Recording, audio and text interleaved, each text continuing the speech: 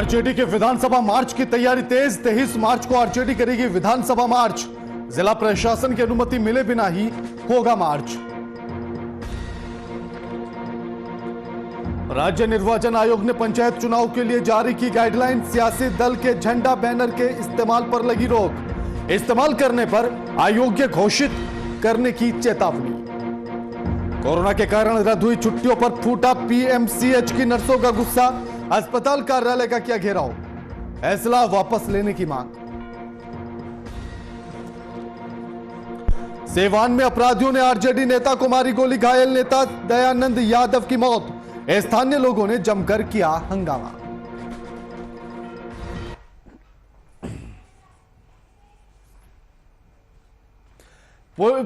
नमस्कार, मैं आपके साथ के राणा। वीआईपी न्यूज देख रहे हैं आप। पुलिस मेंस एसोसिएशन पर कब्जा। बिहार पुलिस मेंस एसोसिएशन का चुनाव 23 मार्च को होना है।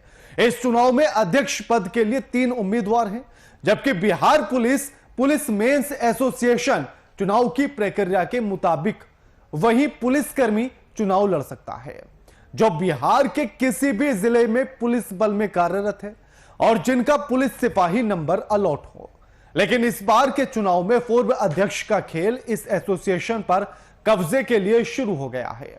दरअसल पूर्व अध्यक्ष नरेंद्र कुमार, जिन्हें लोग धीरज यादव के नाम से जानते हैं, इस बार किसी भी जिला पुलिस में सिपाही नहीं है, क्योंकि पटना जिला पुलिस ने 1 फरवरी को पटना पुलिस से टर्मिनेट करके लखीसराय ट्रांसफर कर दिया।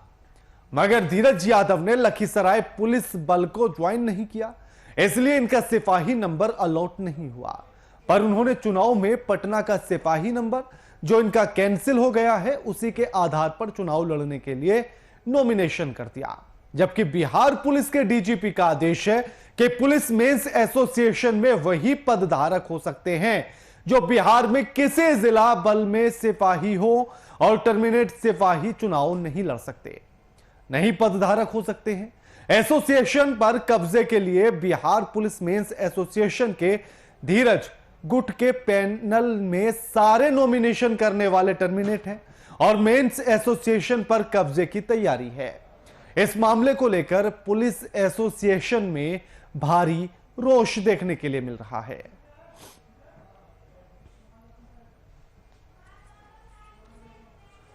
इस खबर पर हमारे साथ हमारे पटना से संवाददाता कुमार गौतम लाइव जुड़ गए और उनके साथ तमाम मेहमान भी जुड़े हुए हैं। वो तमाम मेहमान जुड़े हुए हैं जो पुलिस मेंस एसोसिएशन से ताल्लुक रखते हैं और आज अपनी राय रखेंगे और उन्हीं से आज तमाम सवाल जवाब किए जाएंगे। गौतम,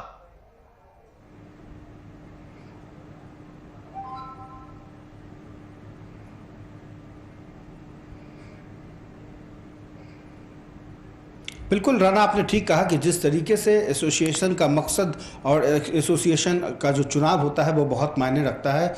1967 के आसपास इसके एसोसिएशन की स्थापना हुई थी आज़ादी के बाद, और ये लगने लगा था कि बिहार एसोसिएशन अपने हक और हुकूक के लिए, सिपाहियों के हक और हुकूक के लिए बिहार में काम करेगी। लेकिन जिस तरीके की तस्वीर और जो बात इस वक्त सामने आ रही है, जो खुलासा इस वक्त वीआईपी न्यूज़ कर रहा है, इससे जाहिर होता है कि कहीं ना कहीं एसोसिएशन पर कब्जे की तैयारी है और कब्जा वो भी असंवैधानिक रूप से। इस वक्त हमारे साथ खास मेहमान हैं, सुजीत कुमार सिंह जी हैं, प्रदेश अध्यक्ष हैं, प्रदेश अध्यक्ष के उम्मीदवार हैं। दूसरे अमिताभ बच्चन जी हैं, महामंत्री उम्मीदवार हैं।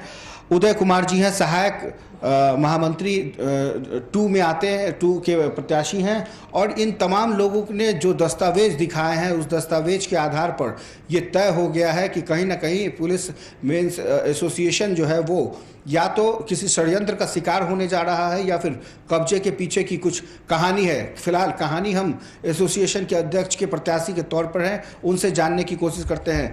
क्या लगता है ये पूरा षड्यंत्र क्या है? देखिए, षड्यंत्र क्या है नहीं है वो हमारे आला अधिकारी लोग समझें।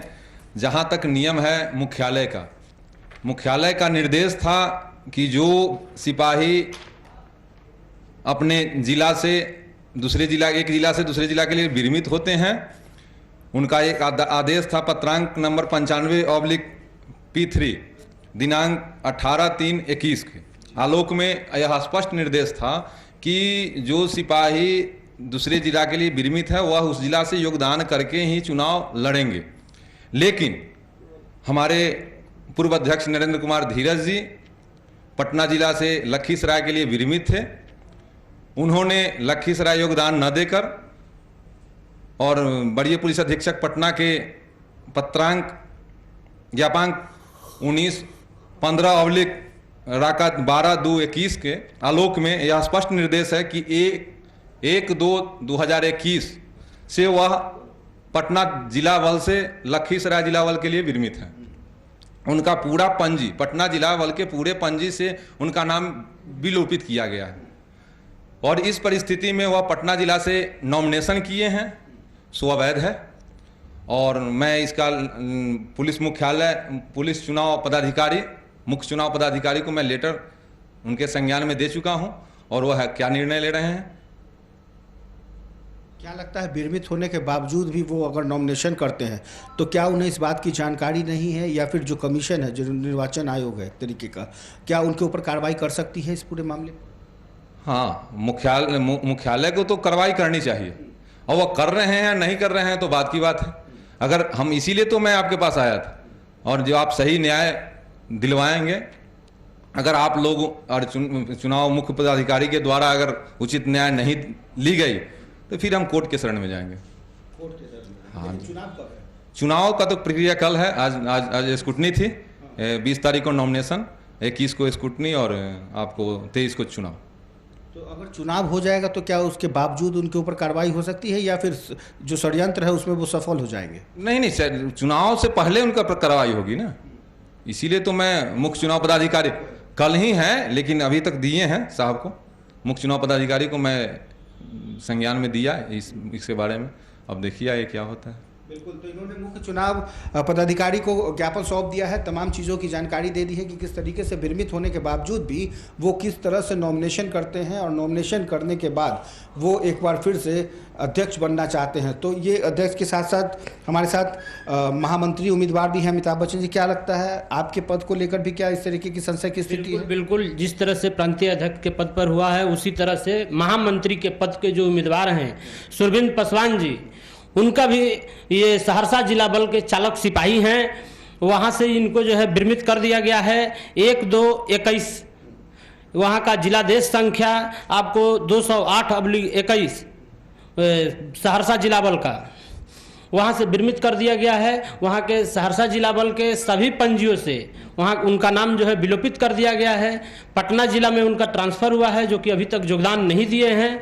ये जो है पूरी तरह से अवैध है। ये लोग जो है संगठन पर कब्जा करना चाहते हैं जैसा कि हमको लग रहा है। लेकिन पुलिस महानिरीक्षक केंद्रीय क्षेत्र जो पटना के आईजी महोदय हैं, ये हम लोगों के मुख्य चुनाव पदाधिकारी हैं, इनसे हमको जो है पूरी उम्मीद है कि न्याय मिलेगा। हम लोगों ने उनको जानकारी में दिए हैं, ज्ञापन दे दिए हैं। अब देखते हैं कि इसमें जो है निर्णय क्या आता है। अगर नहीं निर्णय आता है तो आप लोगों के माध्यम से मैं उम्मीद करूंगा कि सही निर्णय आवे और नहीं तो कोर्ट का शरण लूंगा।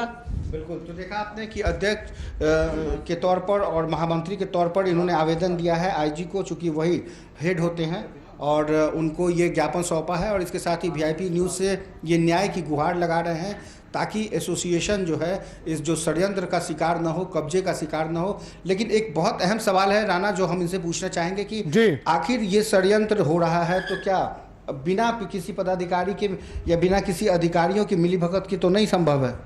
बिल्कुल, इसमें कहीं ना कहीं जो है मुख्यालय जो है पूरी तरह से जो है जिम्मेवार माना जाएगा। चूँकि इस डेलीगेट में जो है पूर्व से आरोप लगा है कि जो फर्जी डेलीगेट बना करके इन्होंने जो चुनाव करा रहे हैं, इसमें मुख्यालय पता न जल्दबाजी में किस राजनीतिक दबाव में इन्होंने निर्णय लिया।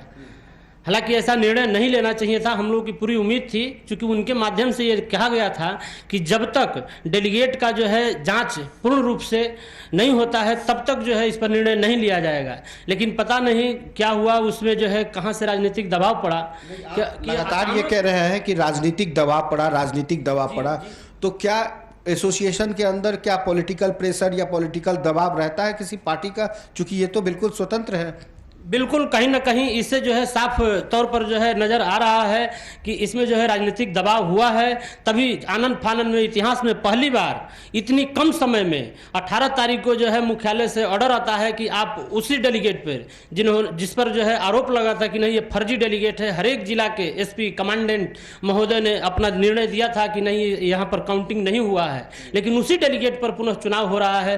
कहीं ना कहीं जो है इसमें मुख्यालय की भी सहभागिता मेरे है, लेकिन फिर भी मुख्य चुनाव पदाधिकारी महोदय से न्याय की उम्मीद है कि कम से कम जो है इस पर सदस्यता जो है इनकी रद्द की जाए, क्योंकि उन्होंने जो है नॉमिनेशन गलत तरीके से, यहाँ का चालक सिपाही नहीं है सहरसा बल के, न पटना जिला बल के, ये कहीं के सिपाही नहीं है, जबकि ये अब फिर भी इनको प्रत्याशी बनाया गया है। इस पर जो है मुझे न्याय की उम्मीद है। बिल्कुल, तो इनको न्याय की उम्मीद है। एक सवाल और है जो हम अध्यक्ष जी से पूछना चाहेंगे। अध्यक्ष के प्रत्याशी के तौर पे सुजीत जी हैं। सुजीत जी, ये बताइए कि क्या ऐसा संभव है कि कोई षड्यंत्र, अगर जिस तरह से प्रेशर पॉलिटिक्स या राजनीतिक दबाव की जो बातें आ रही है, तो क्या सत्ता पक्ष की तरफ से आएगी या फिर विपक्ष की तरफ से आएगी या फिर किसी और दल की तरफ से? देखिए, कहाँ से कौन दबाव में आ रहे हैं, दबाव में आने वाले व्यक्ति जाने, लेकिन हम मुख्यालय का ही निर्देश था कि डेलीगेट फर्जी है। उनके द्वारा ही एक कमेटी की गठन की गई थी,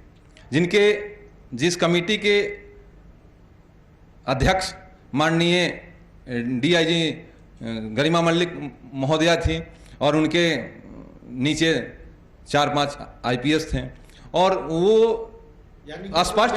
स्पष्ट कर दिए थे कि यह डेलीगेट नाजायज है, अवैध है।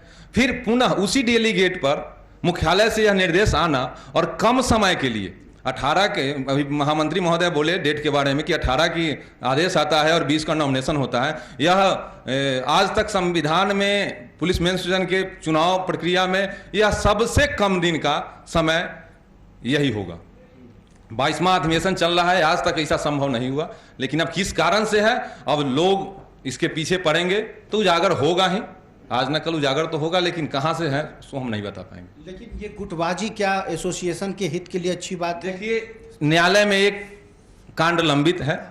64 लाख के घोटाला में माननीय नरेंद्र कुमार धीरज जी पर एक याचिका दायर है, और हमारे संघ में बहुत पैसे कलेक्शन होते हैं, सिपाही कल्याण कोष में बहुत पैसे, उस पैसे का गमन करना अब कहाँ तक नैतिकता है हम तो कह नहीं सकते हैं, और पुलिस संवर्ग का कहाँ तक क्या है। हमारा साइकिल अलाउंस, हमारे सरकार के द्वारा जो अलाउंस मिलता था, हमारे आज तक महासंघ से कोई सिपाही के वेलफेयर के बारे में नहीं हल्ला किया गया या बोला गया ताकि सरकार के पास जाए। अभी हाल फिलहाल में एक सरकार हम लोग को साइकिल भत्ता भी रोक लगा दिया, एक बार भी संघ महासंघ नहीं बोला। क्या था, बीच आपस में ये लोग बंडरवाट कर ले हैं नोट के बारे में, नोट के जैसे कि चल रहा है, लोग इसमें लोभवश अपने समाज, अपने उचित कर्तव्य के प्रति लोग जागरूक भी नहीं है।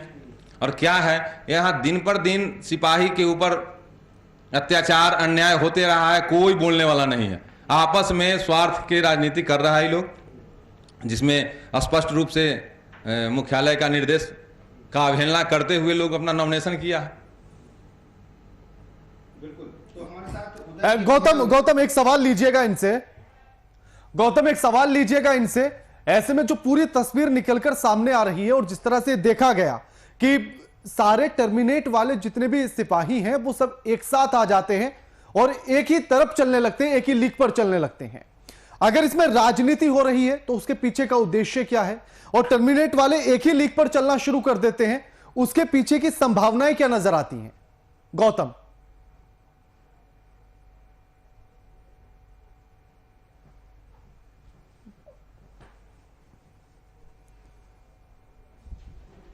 बिल्कुल, अच्छा, इससे फ़ायदा जो है वो किसको होगा और इसकी संभावनाएं कितनी है?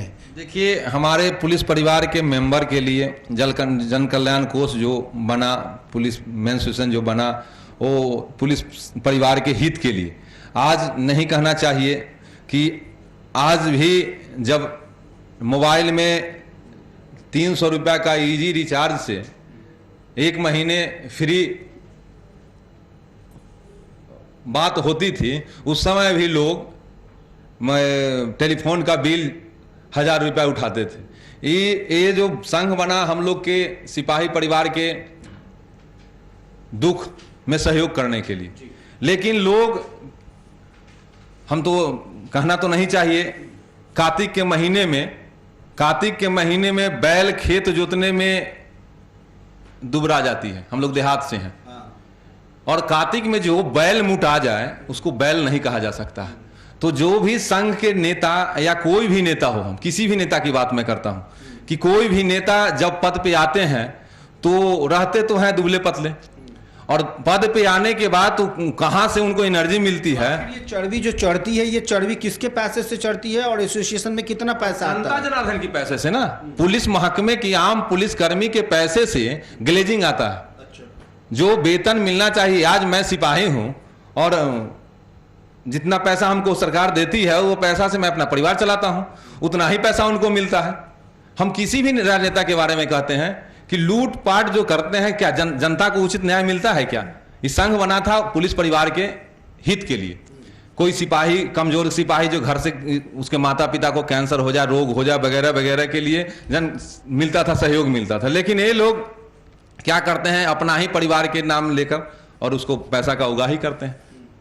64 लाख का गमन का मामला है, आज तक एक बार भी 27 मार्च गया में अधिवेशन होता है, उस अधिवेशन में पूरा ब्यौरा दिया जाता है साल भर के, आज तक ब्यौरा नहीं दिए कोई भी। हम 99 से हम सिपाही विभाग में ज्वाइन किए हैं, आज तक कोई आदमी सही उचित हिसाब नहीं दे पाया, और लोग डर से नहीं बोलते हैं कि सदस्यता समाप्त कर देता है। मेरे साथ ऐसा हुआ था। आपका भी डर रहता है कि कहीं अगर कोई बात मेरे साथ गया में ऐसा बीता है कि माननीय प्रदेश अध्यक्ष जो अभी नरेंद्र कुमार धीरज जी पर जो क्लेम आया है, वो क्लेम के अनुसार माननीय धीरज यादव हमको बर्खास्त किए थे कि आप चुनाव नहीं लड़ सकते हैं, और मैं चुनाव गया में नहीं लड़ा।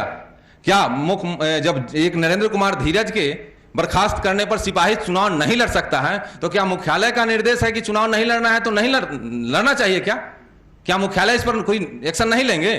अगर नहीं लेंगे तो मैं न्यायालय में जाऊंगा। इसके लिए हमको जो प्रक्रिया करना पड़ेगा हम करेंगे। उनको अगर हमको उचित न्याय अगर नहीं मिलती है मुख्यालय के द्वारा और आप लोग के संज्ञान में देने के उपरांत भी, तो मैं न्यायालय में जाऊंगा। आज जो सवाल आप उम्मीदवार के तौर पे रह के उठा रहे हैं, तो आपने पहले ये सवाल क्यों नहीं उठाया है? ये भी एक अहम सवाल है। ये सवाल हमारे संघ के ही, उनके ही संघ के दिनेश दुबे संगठन महामंत्री हैं, वो कोर्ट में याचिका दायर कर चुके हैं, और ये संज्ञान मुख्यालय में है। लेकिन अब लोगों में क्या, मुख्यालय का क्या दबाव है, किनके ऊपर किनसे दबाव है, तो मुख्यालय जाने। मतलब आप मानते हैं कि दबाव है? दबाव है, तो दबाव जब स्वयं अपने वचन से जो डिग रहा है, कहीं ना कहीं से तो दबाव है। तो अमिताभ जी से भी जानने की कोशिश करते हैं। अमिताभ जी, ये लगातार दबाव की बातें सामने आ रही है, तो आखिर इसके पीछे की रणनीति क्या पहले से तय होती है या फिर बाद में? नहीं, बिल्कुल ये पहले से रणनीति तय होती है, क्योंकि चुनाव जीतने के बाद हर राजनीतिक दल को जो है ज़रूरत पड़ती है, पुलिसकर्मियों की ज़रूरत पड़ती है। तो कहीं ना कहीं किसी के चुनाव में कोई मदद करता है तो वो भी जो है जब समय आता है तो वो भी मदद लेना चाहता है, तो उस हिसाब से जो है वो अपना मदद दे दिया इस बार। क्योंकि फर्जी डेलीगेट पर चुनाव कराना ये दर्शाता है कि कहीं ना कहीं से जो है राजनीतिक दबाव पड़ा है, जिसका जो है आज सामने परिणाम है कि इतने कम समय में, इतिहास में पहली बार ऐसा हो रहा है कि 3 या 4 दिन के अंदर पूरे बिहार का चुनाव हो रहा है।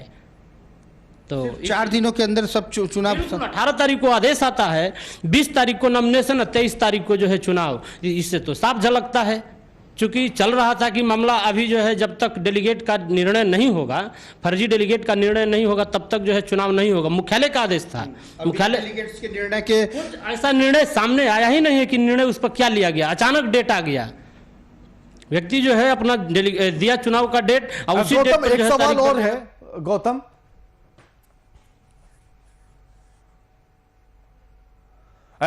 एक सवाल और इनसे पूछिएगा कि आखिर ये संघ जनता और पुलिस दोनों के बीच किस तरह से सामंजस्य बैठाता है, और इसका क्या सिर्फ मेन उद्देश्य पुलिस विभाग के कर्मचारियों तक ही है या जनता तक भी जाता है?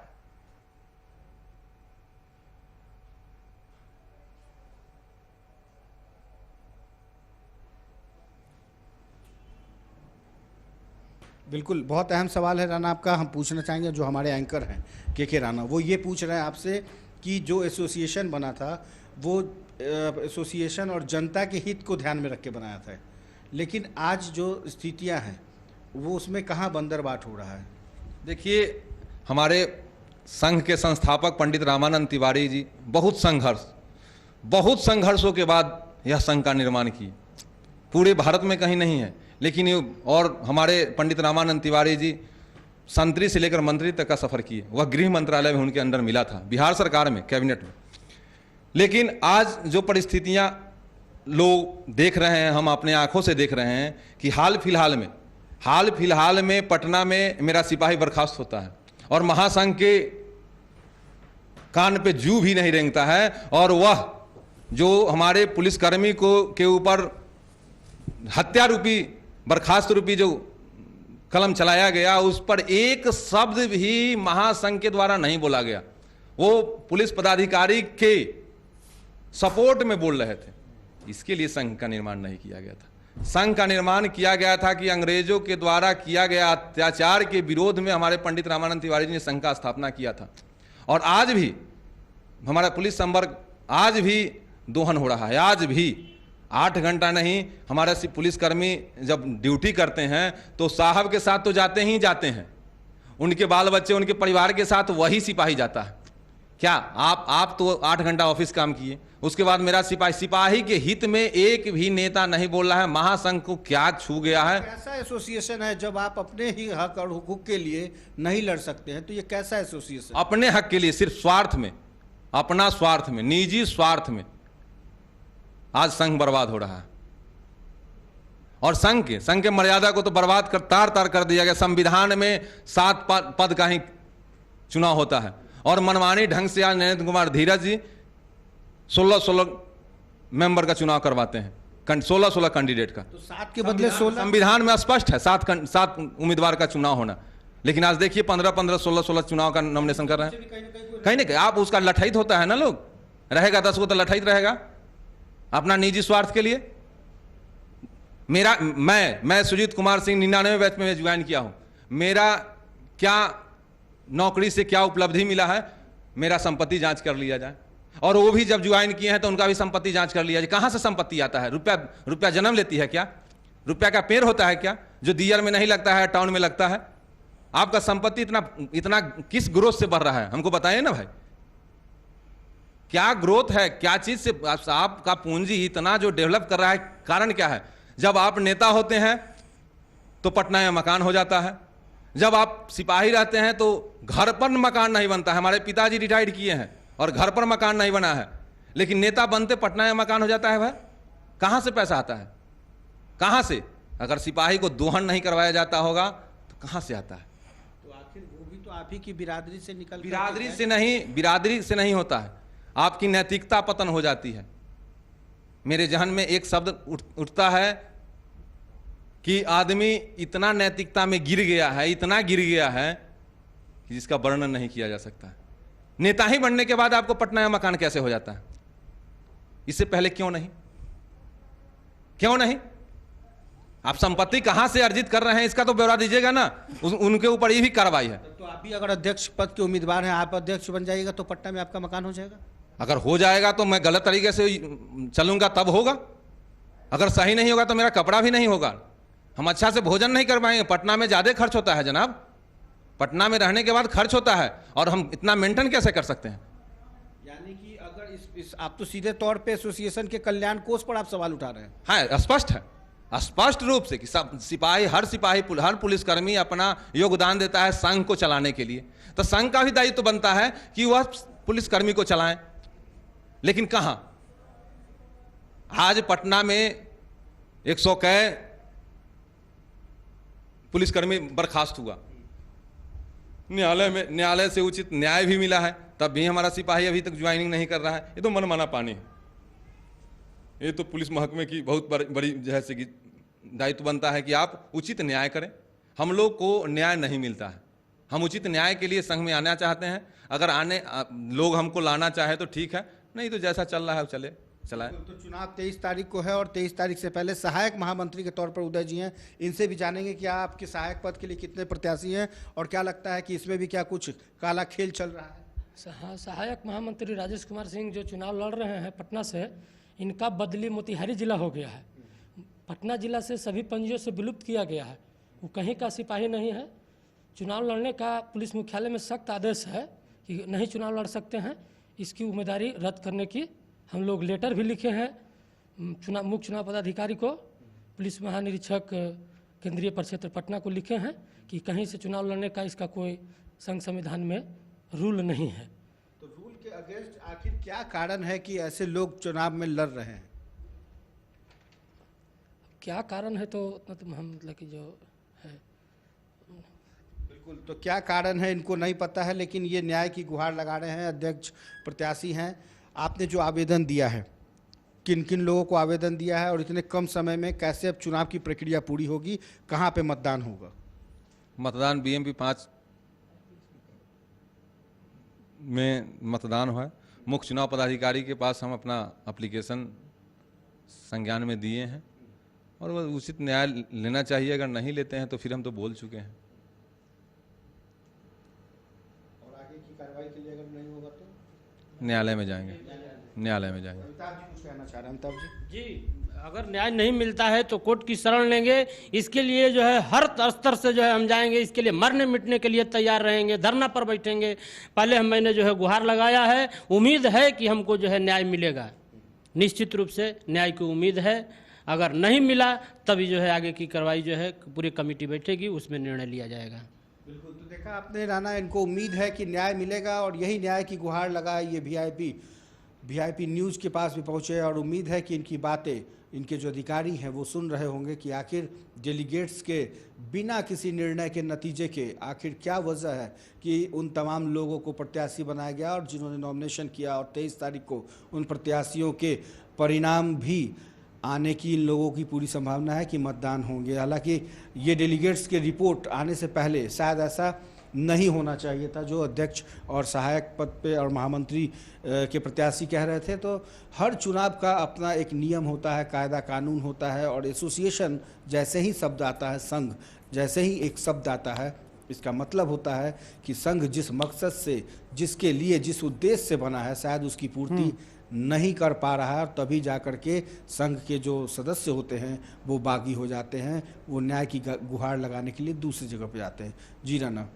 गौतम, लेकिन एक सवाल यह भी इनसे पूछेगा कि आखिर अगर इस पर कब्जा हो जाता है, जिस तरह की अभी परिस्थितियां बन रही हैं, सुनवाई होने के लिए तैयार नहीं है, उसके बाद परिस्थितियां क्या होंगी?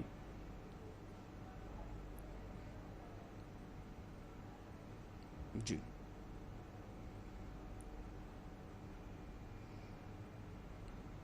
बिल्कुल, यदि मान के चलिए कि कब्जा हो गया, जिस तरीके से आप बता रहे हैं, चुनाव होते हैं और जब कब्जा हो जाता है तो बताएं आपकी फिर क्या होगा? एसोसिएशन किसकी बात मानेगा और किस तरीके से फिर चलेगा? कब्जा हो जाता है तो क्या मतलब आप जैसा कह रहे हैं कि तमाम जो डेलीगेट्स के जांच की रिपोर्ट के बगैर प्रत्याशी ने नॉमिनेशन किया, उन लोगों को चुन लिया जाता है, फिर क्या होगा आगे? हम तो आपको बोल चुके हैं कि डेलीगेट के बारे में एक याचिका न्यायालय में लंबित है। अब न्यायालय का डिसीजन क्या आता है तो न्यायालय जाने। लेकिन आज पहले अगर चुनाव हो जाता तो उससे पहले चुनाव का प्रक्रिया मुख्यालय के आदेश के अनुरूप आ चुका है, तो मैं चुनाव समर में कूदा हूं। आगे जो निर्णय जनता जनार्दन ले उसको मानेंगे, लेकिन न्याय उचित, ये नहीं कि धांधली के रूप में, और ये नहीं कि जो गलत तरीके से नॉमिनेशन किया उसको नॉमिनेशन नहीं रद्द किया जाता है तो हम लोग धरना से लेकर न्यायालय तक की सफर नहीं, क्योंकि गौतम सवाल यही है कि अगर मान लीजिए कि चुनाव होता है क्या हो सकता है? और अगर ये चुनाव लड़ते हैं और जो कब्जा करना चाहते हैं पुलिस मेंस एसोसिएशन पर, अगर वही लोग चुनाव जीत गए तब फिर उसके बाद आगे की रणनीति क्या होगी?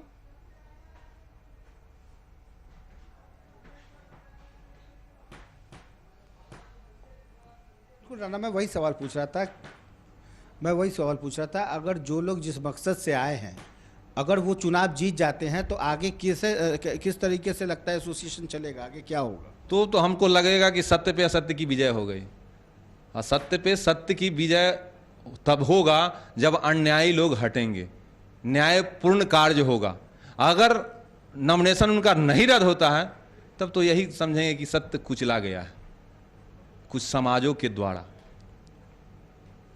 सत्य कुचल दिया गया है, लेकिन हमको नहीं लगता है कि सत्य कुचलाएगा।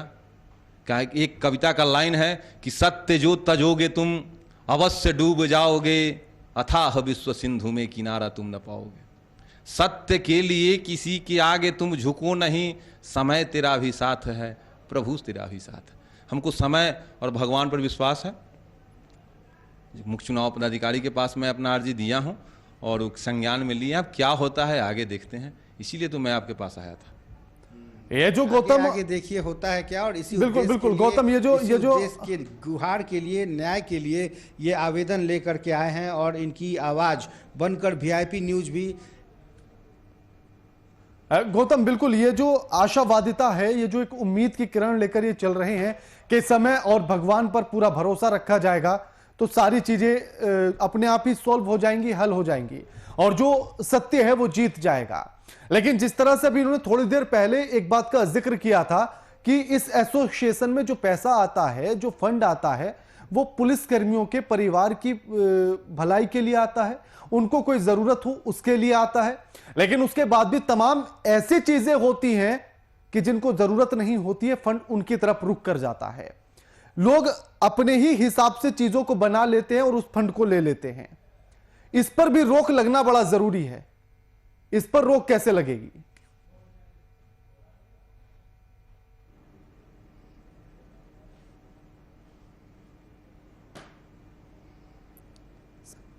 बिल्कुल, बहुत अहम सवाल है कि हमारे जो एंकर हैं के राणा, वो ये पूछ रहे हैं कि जिस तरह से फंड का निर्माण होता है, एसोसिएशन के अंदर जो कोषांग होता है, पैसे का जो लेखा जोखा होता है, वो गलत तरीके से न जाए तो सही तरीका क्या है, किस मद में खर्च होना चाहिए और अभी वर्तमान में किस मद में खर्च हो रहा है, आपको क्या लगता है? देखिए, वह संघ का पैसा पुलिस परिवार के हित के लिए होना चाहिए और हित के लिए आज तक हमारे पूरे बिहार में बहुत दिनों से यह संघ है। हमारा पुलिस परिवार के बाल बच्चा के लिए एक स्कूल भी नहीं है।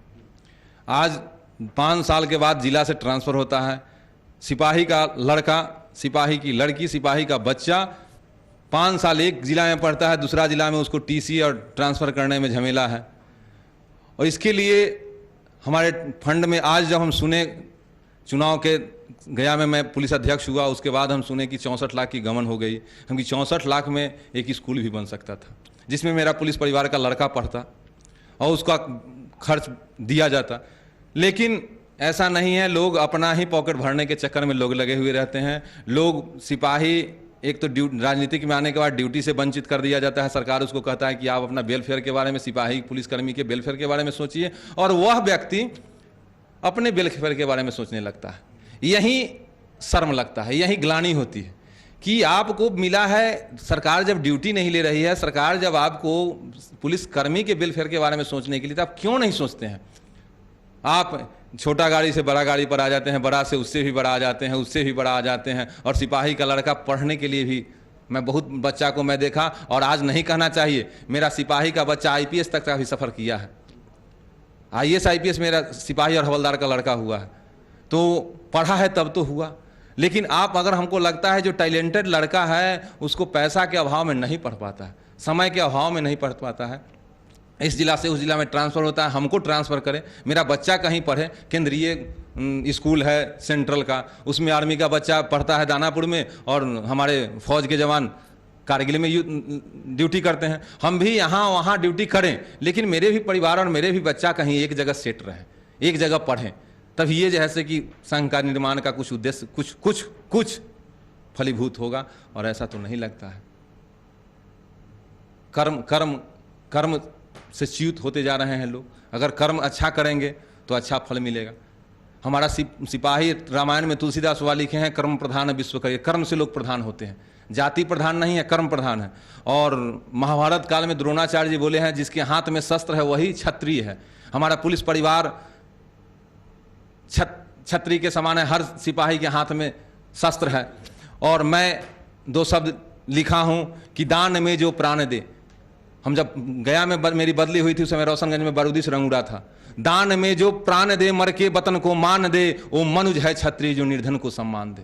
हमारा सिपाही निर्धन को सम्मान देता है, रिक्शा वाला को भी सम्मान देता है। मर्सिडीज वाली की तो बात छोड़ दीजिए, रिक्शा वाला को ही मेरा सिपाही पुलिसकर्मी सम्मान के दृष्टि से देखते हैं। और मेरा कथन है कि दान में जो प्राण दे, मरता है मेरा पुलिसकर्मी फिर भी वहां ड्यूटी करने के लिए जाता है, वहां से भागता नहीं है। कि दान में जो प्राण दे, मर के वतन को मान दे, वो मनुज है छत्री जो निर्धन को सम्मान दे। रण में न जिसका पग रुके, जीवन का अपना राग हो, अपनों के लिए चांद तो दुश्मन के लिए आग हो। स्वाभिमान सीने में जिसका, ईर्ष्या से जो दूर रहे। मेरा सिपाही किसी से ईर्ष्या नहीं करता है। महाराज, हमारे पुलिस पदाधिकारी, हमारे साहब एसी में रहते हैं, मेरा सिपाही मच्छर काटता है और बाहर रहता है। आप लोग मीडिया पर दिखाए हैं कि इसी जगह बगल बगल में लोग सिपाही कि किस तरह जंगल झाड़ी में रह रहा है, तब भी ईर्ष्या नहीं करता है कि साहब को मुबारक हो, एसी साहब को मुबारक हो। मेरा सिपाही तो रोड पर रहता है। स्वाभिमान, लेकिन स्वाभिमान तो करता है कि मैं सिपाही हूं। कि स्वाभिमान सीने में जिसका, ईर्ष्या से जो दूर रहे। लानत है उस छत्री को जो खुद को मजबूर कहे। वह सिपाही, छत्री रूपी, सिपाही रूपी छत्री, वह मजबूर नहीं है। वह रोड पर भी रहता है, बारिश में भी रहता है, अपना ड्यूटी करता है। और उसके हित के लिए आज नहीं कहना चाहिए कि हम माननीय मुख्यमंत्री जी का सरकार बना, अभी वर्तमान हमारे नीतीश जी वो आए तो बोले कि जो मुख्यमंत्री पद से जो हटेंगे उनको पटना में एक आवास होगा, उनको नया नया भत्ता मिलना चाहिए। लेकिन हमारा सिपाही का बहुत पुराना भत्ता है, साइकिल भत्ता, वो भी बंद कर दिया गया। क्या कारण है भाई? लेकिन हमारा महासंघ के कानों पर इस चीज़ का जू नहीं रेंगा और अपने स्वार्थ के लिए दूसरे जिले के लिए विरमित है, तब भी नॉमिनेशन कर रहे हैं। आप लड़िए और मरिए, मरने के लिए तो हर कोई मरता है। कौन जीने के लिए आया है? कौन जीने के लिए आया है? हर कोई को मरना है। लेकिन आप न्याय के लिए मरिए, आपका नाम रहेगा। हमारे पंडित रामानंद तिवारी जी को हर बच्चा जानता है, लेकिन उसके बीच की अवधि में जितने भी हमारे संघ के पदधारक हुए, उनको नाम तो विलुप्त होते जाता है। कुछ दिन जानता है, उसके बाद चला जाता है कर्म के ऊपर। अगर कर्म वो अच्छा करते तो पंडित रामानंद तिवारी जी, उनका भी नाम होता। आज सम्मान के दृष्टि से उनका नाम लिया जाता है और 27 मार्च गया में उन पर माल्यार्पण किया जाता है। वह कर्म किए हैं तब तो, अगर कर्म नहीं करते तो उनका भी नाम नहीं रहता। लेकिन हम कहते हैं कि उनका नाम अमर है। पंडित रामानंद तिवारी अमर है। वह जब तक यह सूरज चांद रहेगा वह अमर रहेंगे। आपको लगता है कि जब आप अगर प्रत्याशी हैं, जीत कर जाएंगे, तो आप सिपाहियों के हितैषी बनेंगे? जितनी बातें आपने कही, देखिए, अपने बात पर अडिग रहना और अपने कर्म पथ पर चलना, ये मनुष्य जाति का घोतक है। और मैं जिस दिन विचलित होऊंगा तो हमको लगता है कि हम मनुष्य से विचलित, मनुष्य जाति से विचलित हो सकते हैं, हम पशु के समान हो जाए। और मैं इसी बात पर 2 शब्द कहना चाहूँगा कि न लूट की न छूट की, न लूट की न छूट की, न फूट की खेती करेंगे। न लूट की न छूट की, न फूट की खेती करेंगे। जुल्म करने वालों से हम हर जगह हर पल लड़ेंगे। साथियों बस साथ सच्चे दिल से देकर देख लो, हम भगत सिंह की तरह हित में तेरे हंस के मरेंगे। भेदभाव सीने में अपने नहीं उपजने देंगे। नींव नहीं जीते जी अनुशासन की ढहने देंगे। क्या कि अनुशासित फोर्स है, हम अनुशासन भी नहीं ढहने देंगे, अनुशासन पर रहेंगे। नींव नहीं जीते जी अनुशासन की ढहने देंगे, ये वादा है। नहीं वादों से मुकर के जी सकते हैं, औरों को विष देकर खुद अमृत नहीं पी सकते हैं। आप जिए और हम भी रहें तो आप हमको देखेंगे कि मैं अपने कर्तव्य पे जिस दिन डिगूँ ना, हमको चुनाव की आवश्यकता नहीं, आप भी कान में कह देंगे तो लगेगा। अगर एक छोटा सा उदाहरण देते हैं, मैं आपके पास बैठा, आप हमको बहुत अच्छा ईमानदार समझें और मैं आपका पेन चुरा लूं और आप कहें कि नहीं वो तो दाढ़ी वाला व्यक्ति था, वो तो पेन नहीं चुरा सकता था। लेकिन मेरा आत्मा क्या कहेगा कि मैं मीडिया कर्मी का पेन चुरा लिया। जब भी जगूंगा मेरा आत्मा कहेगा, आत्मा गवाह देगा कि मैं चोर हूं। फिर जब मेरा आत्मा ही एक्सेप्ट कर रहा है कि मैं चोर हूं, लोगों को चोर कहने की क्या आवश्यकता है? और मैं जिस दिन अपने पद से भ्रमित हूं, डिगूं, तो क्या कहें, भगवान है। आप भी कह देंगे तो मैं स्वेच्छा से, आप भी कह देंगे तो उसको मानने होगा। चुनाव की तो बात छोड़ दीजिए। तो देखा आपने कि सत्यमेव जयते की बात कर रहे हैं, अपने सिपाहियों के हक और हुकूक की बात कर रहे हैं, और यही मकसद है इन लोगों का चुनाव लड़ना चाहते हैं, ताकि जो मेंस एसोसिएशन का जो गरिमा है वो बरकरार रख सके। कल्याण कोष में आने वाला पैसा उनके लिए हो, उनके पीड़ितों के लिए हो, उनके बच्चों के स्कूल के लिए हो, ताकि जब वो कभी ट्रांसफ़र करके जाते हैं तो टीसी की ज़रूरत ना पड़े, वो सीधा एडमिशन हो, जिस तरह से केंद्रीय विद्यालय या बड़े बड़े विद्यालय हैं। तो इस तर्ज पर कल्पना की गई थी ताकि सिपाही जो अपने अपने बड़े अधिकारियों की साथ में जो रहते हैं वो अब किस तरीके से बैरक में रहते हैं ये बताने की ज़रूरत नहीं है, क्योंकि बिल्कुल। पटना से लेकर के भागलपुर तक और पटना से लेकर इधर आप बक्सर तक देख लीजिए, भागलपुर इतना पुराना शहर है, वहाँ भी बैरक में सालों भर मौसम की मार झेलते हैं उस बैरक में। पटना की स्थिति भी बिल्कुल वैसी ही थी और अब जाके थोड़ी बहुत सुधरी है, लेकिन डाकबंगला चौराहे पर जो सिपाही जिस तरीके से रहते थे, मैंने वो तस्वीरें भी अपने समय में रिपोर्टिंग के दौरान दिखाई थी। तो मुझे लगा था कि उस वक्त की जो खबरें थी, मुझे लगा था कि इस एसोसिएशन को ज़रूरत है ऐसे बैरकों की जहाँ पे कम से कम मौसम की मार न झेलनी पड़े। पेट में अनाज है या नहीं ये तो बात की चीज़ है, लेकिन मौसम की मार झेलते हैं ये सिपाही, हर चौक चौराहे पर रहते हैं ये सिपाही, क्योंकि ये हिफाजत करना जानते हैं समाज की। और ऐसे में जो मकसद, जो उद्देश्य से एसोसिएशन बना था, आज उसके अंदर गुटबाजी हो रही है, उसके अंदर राजनीतिक दलों से भी ज़्यादा उसके अंदर गुटबाजी है। और इस गुटबाजी से निकलकर जब तक एक सही रास्ता नहीं चुना जाएगा जिसमें भेदभाव ना हो, निष्पक्षता हो, पारदर्शिता हो, तभी जाकर गौतम, दो पंक्तियां मुझे याद आ रही हैं। अक्सर पुलिस वालों के लिए मैं कहा करता हूं कि अंधेरे को चीरकर वो सीना तान के खड़ा है, वो अड़ा है, मैं भी रात को सो जाता हूं चैन की नींद ये सोचकर कि मेरी गली के नुक्कड़ पर कोई सिपाही खड़ा है। लेकिन गौतम, इन पंक्तियों के साथ ही मैं एक सवाल यह भी पूछना चाहता हूं कि जो बात शुरुआत में इन्होंने कही थी कि इसमें कहीं ना कहीं राजनीति हो रही है, अगर उस राजनीति के जिक्र पर मैं आऊं तो इस पूरे मुद्दे पर राजनीति किस तरह से हो रही है? क्या प्रदेश लेवल की वो राजनीति है? और अगर राजनीति हो रही है तो इसमें राजनीतिक फायदा क्या होगा?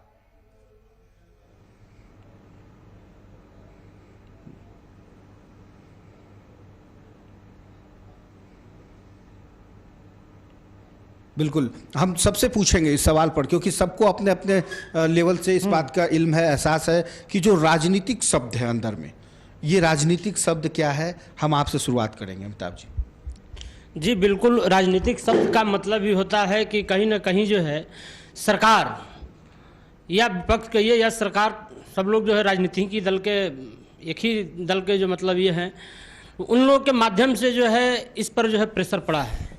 ये हमको अनुभव है, या हमारे पूरे बिहार के 80,000 पुलिसकर्मी हैं, ये सबको इस बात की महसूस है कि कहीं ना कहीं जो है इस दबाव में आकर के इतनी जल्दबाजी में चुनाव कराना, ये जो है निर्णय जो है लिया गया है, इसी को राजनीतिक दबाव कहा जा सकता है। आप राजनीतिक पार्टी का नाम लेना चाहेंगे? बिल्कुल नहीं, अब चूंकि हम लोग को पता नहीं है, चूंकि इतनी जल्दी में निर्णय जो लिया गया है, तो इस मुझे पता नहीं है कि किस राजनीतिक दल से जो है दबाव पड़ा है, लेकिन कहीं से न कहीं जो है ये इस तरह की बात सामने आ रही है, चूंकि हमें ये पता नहीं है कि किस राजनीतिक दल का दबाव पड़ा है।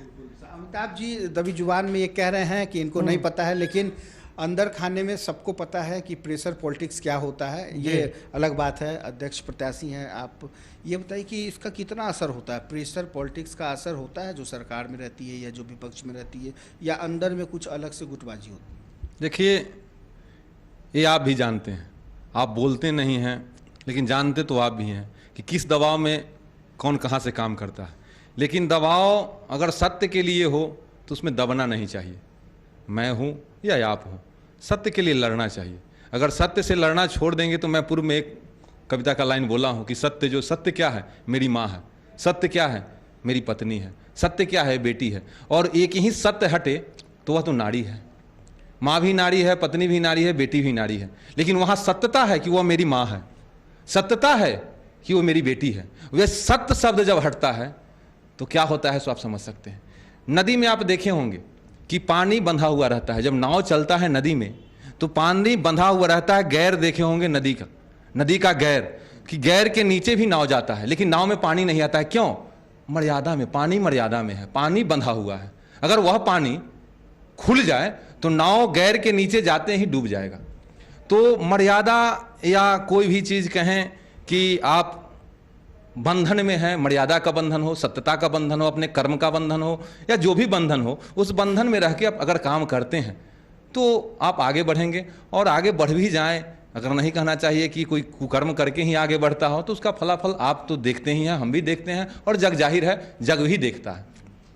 तो हम कहने का मतलब ये है कि आप अच्छा काम करें, कहीं दबाव ना हो, अच्छा से काम करें, जो न्याय उचित हो, न्याय संगत हो। और कोई दबाव में काम करता है तो ज़्यादा दिन काम नहीं करता है। पद के मद में अंधा व्यक्ति, पद के मद में अंधा व्यक्ति वह ज़्यादा दिन तक कार्य नहीं कर सकता है। जब पद हटेगा ना तो मद तो इसी तरह चूर हो जाएगा, आप मनुष्य भी नहीं रह पाएंगे। इसलिए पद के मद में आंधा नहीं होना चाहिए। जिस तरह आँख के ऊपर मोतियाबिंद होता है और उसको ऑपरेशन करने से ठीक हो जाता है, तो पद के मद में अंधा व्यक्ति जब पद चला जाता है ना, उसका औकात थाह में आ जाता है कि औकात क्या है। इसी के साथ हम बोलना चाहेंगे कि सेवा, नेता का काम सेवा है, तो सेवा सेवा भाव से, सेवा सेवा भाव से, न लोभ से न दाव से। सेवा सेवा भाव से, न लोभ से न दाव से। प्रेम से पालन सृजन, प्रेम से पालन सृजन, होता प्रलय टकराव से। बिल्कुल, होता टकराव से। आइए इनसे भी चलते चलते जान लेते हैं कि क्या इस राजनीतिक जो स्थितियां हैं उससे निपटारा कैसे होगा, कैसे अलग होगा। वो तो आप लोग जानते हैं, हम लोग को भी पता है राजनीतिक दबाव होता है, मगर उसके बारे में जो भी है सत्य है। तो ये मानते हैं, ये जानते हैं कि राजनीतिक दबाव होता है, और ये दबाव ऐसा होता है कि यदि आप कुछ कहना और कह भी चाहें तो नहीं कह सकते हैं, और हर एक दूसरे अधिकारी एक दूसरे से बंधे होते हैं। लिहाजा अब बहुत कुछ कहने की ज़रूरत नहीं है, इन लोगों ने अपनी बातें रख दी है। और जिस मकसद से men's Bihar police men's association की स्थापना हुई थी, उस स्थापना से लेकर आज तक आप देखिए कि आज़ादी के बाद 1967 से लेकर 2021 का दौर है। इस दौर में क्या सिपाही की जो स्थितियां हैं या जो बदलाव है वो कितना कुछ आया है या कितना अभी बाकी है। अगर एसोसिएशन सही ढंग से अपने कल्याण कोष का इस्तेमाल करे तो शायद नौकरी के दौरान भी जो पीड़ित परिवार हो उसको भी मदद मिलेगी, उनके बच्चों को भी अच्छी शिक्षा, स्वास्थ्य और मिल सकती है। तो कहीं ना कहीं अगर जो संघ है, संघ का अपने जो गरिमा है उस गरिमा से अगर भटक जाएंगे तभी शायद कितने लाख का घोटाला हुआ है, 64 लाख का घोटाला।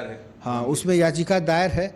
और सोचिए 64 लाख रुपए बड़ी मायने रखते हैं। एक एक रुपए इनके ही सैलरी के पैसे होते हैं, उसमें से कट कट करके संघ की ओर संघ में जमा होते हैं। उस पैसे का एक एक रुपए का मकसद होता है कि ज़रूरतमंद सिपाहियों को मदद। और ऐसे में सरकार और सरकार के साथ साथ जो समाज के लोग हैं उनको भी लगता है कि जो संघ का उद्देश्य है वो कुछ मददगार के रूप में हो, लेकिन ऐसा होता नहीं दिख रहा है। फिलहाल चुनाव की घड़ी है। चुनाव में अब हम थोड़ा डिटेल में जाएंगे कि चुनाव किस तरीके से होगा, कहाँ पे इसकी वोटिंग होगी और कितने इसके वोटर होंगे। अभी हम चुनाव मुख्य पदाधिकारी जिसे हम मांगे हैं डेलीगेट की सूची, हमको अभी उपलब्ध नहीं कराया गया है। उपलब्ध कराने के बाद बताएंगे कि कितना डेलीगेट्स हैं। और चुनाव मुख्यालय आपके बीएमपी 5 मिथिलेश स्टेडियम के सामने, वहीं चुनाव प्रक्रिया चल रही है। नॉमिनेशन वहीं किया गया है, स्क्रूटनी वहीं हुई है और कल वहीं मतदान होगा। अभी 23 को मतदान होगा।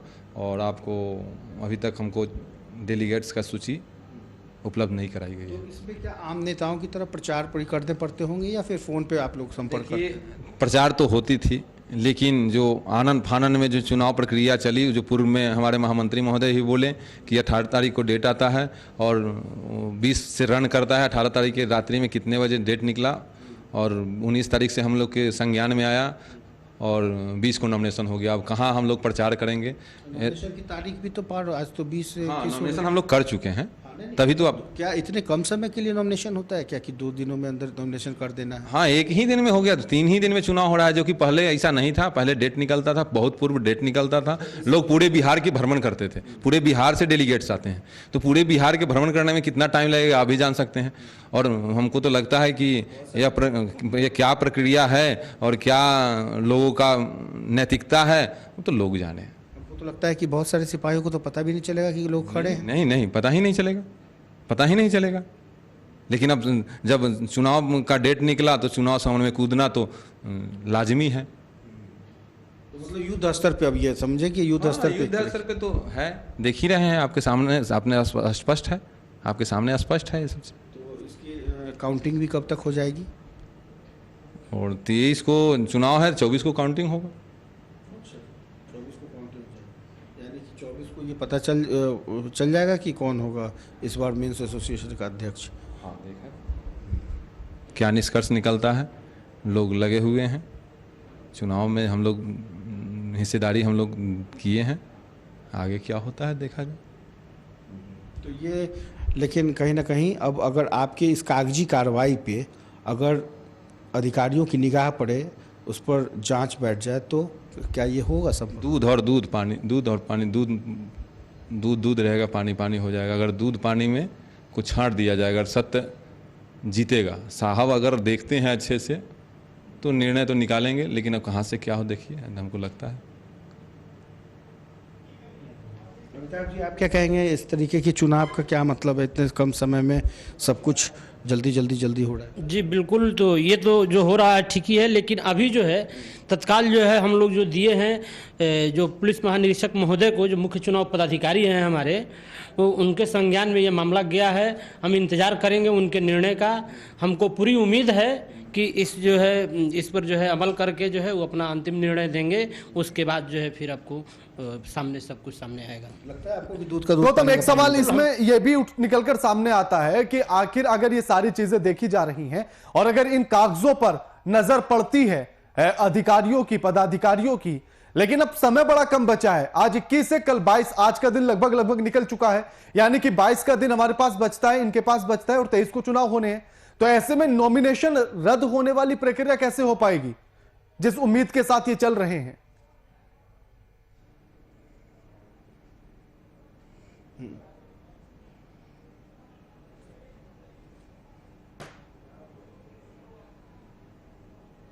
बिल्कुल। ये इतने कम समय में कैसे आप इन तमाम प्रक्रियाओं को पूरा करेंगे? अब बिल्कुल जब मुख्यालय का आदेश है, अगर हम लोग नहीं सामने आते तो फिर तो ये तो चुनाव डम्मी कैंडिडेट खड़ा करा करके फिर ये चुनाव जीत ही जाते। लेकिन फिर भी हम लोग जो ने चुनौती दिया है, हम लोग चुनौती स्वीकार किए हैं। अगर पुलिस महानिरीक्षक महोदय अगर इस पर जल्द निर्णय ले लेते हैं तो सामने सब कुछ स्पष्ट हो जाएगा। उसके बाद पता चल जाएगा कि कौन कितना पानी में है। साफ तौर पे राणा ये कह रहे हैं कि जिस तरह से अचानक से डेट निकाल दिए गए, प्रत्याशियों ने नॉमिनेशन कर दिए और इन लोगों को पता भी नहीं चला, जब पता चला तो नॉमिनेशन इन लोगों का हो गया है। लेकिन अगर कुछ एक दिन भी देर करते तो शायद नॉमिनेशन भी नहीं कर पाते और डमी कैंडिडेट के तौर पे जो चीज़ें सामने आती है और फिर जिनको जीतना है वो जीत जाते, ये इन लोगों का कहना है। और ऐसे में जो एसोसिएशन के इस चुनाव पर संशय की स्थिति है, तमाम जो प्रत्याशी हैं इस वक्त संशय की स्थिति में है कि इतने शॉर्ट पीरियड में, इतने शॉर्ट टर्म में किस तरह से चुनाव की प्रक्रिया पूरी कर ली जाती है। हालांकि इन लोगों ने बड़ी अधिकारियों को आवेदन दिया है और आवेदन के आधार पर इन लोगों ने निष्पक्ष जांच की मांग की है और उन प्रत्याशियों के ऊपर भी सवाल खड़े किए गए हैं जो विरमित होने के बावजूद उन्होंने अपने योगदान को नहीं दिया है उस जिले में। और इसके साथ ही कई ऐसे सवाल हैं जो प्रत्याशी के ऊपर सवाल उठा रहे हैं और इसके साथ ही गुटबाजी के तहत ऐसा ये लोगों का मानना है कि कहीं ना कहीं एसोसिएशन एक बार फिर से जो है एक गुट की तरफ इशारा कर रहे हैं और ये गुट आने वाले एसोसिएशन पर कब्जा जमाएगा और फिर कल्याण की राशि का कल्याण हो जाएगा। कुल मिलाकर कहें स्थितियां बहुत साफ है, चाहे वो संघ हो, चाहे वो नेता के लोग हों या पॉलिटिकल लोग हों। सत्यमेव जयते कहते सब हैं, लेकिन सत्य के एक सवाल करिएगा गौतम, एक सवाल करिएगा इनसे, और सवाल ये है कि क्योंकि समय बड़ा कम बचा है, ऐसे में चुनाव कराने को लेकर तमाम तैयारियां कराई गई होंगी, तमाम वो इंतजाम किए गए होंगे कि चुनाव कैसे कैसे कराना होगा।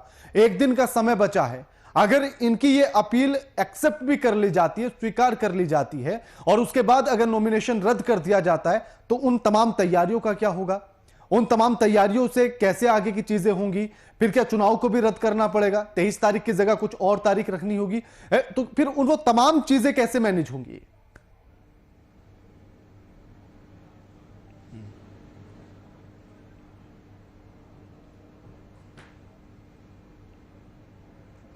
एक अहम सवाल है, हम अध्यक्ष प्रत्याशी से जानने की कोशिश करते हैं कि एक तरफ चुनाव की प्रक्रिया चल रही है, दूसरी तरफ आपके आवेदन की तरफ से ऑब्जेक्शन आ जाता है, तो फिर क्या होगा, स्थितियाँ क्या होगी? चुनाव होंगे या ऑब्जेक्शन की रूल माने जाएंगे या फिर क्या हो सकता है? चुनाव का जो प्रणाली है, चुनाव का जो नियम है कि नॉमिनेशन के बाद स्क्रूटनी होती है, स्क्रूटनी के बाद छटनी होती है, वो सब प्रक्रिया के बाद उम्मीदवारी नॉमिनेशन जो गलत तरीके से आए हैं उनका नॉमिनेशन रद्द किया जाएगा और उसके उपरांत चुनाव होगा। तो सिंबल भी मिलते होंगे?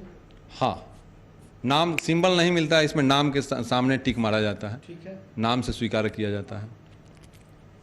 तो स्पष्ट है कि स्क्रूटनी में जो हम लोग मुख्य चुनाव पदाधिकारी महोदय को जो लेटर दिए हैं, उस लेटर को संज्ञान में लेते हुए वह उचित कार्रवाई करेंगे तो नरेंद्र कुमार धीरज जी का नामांकन रद्द होगा।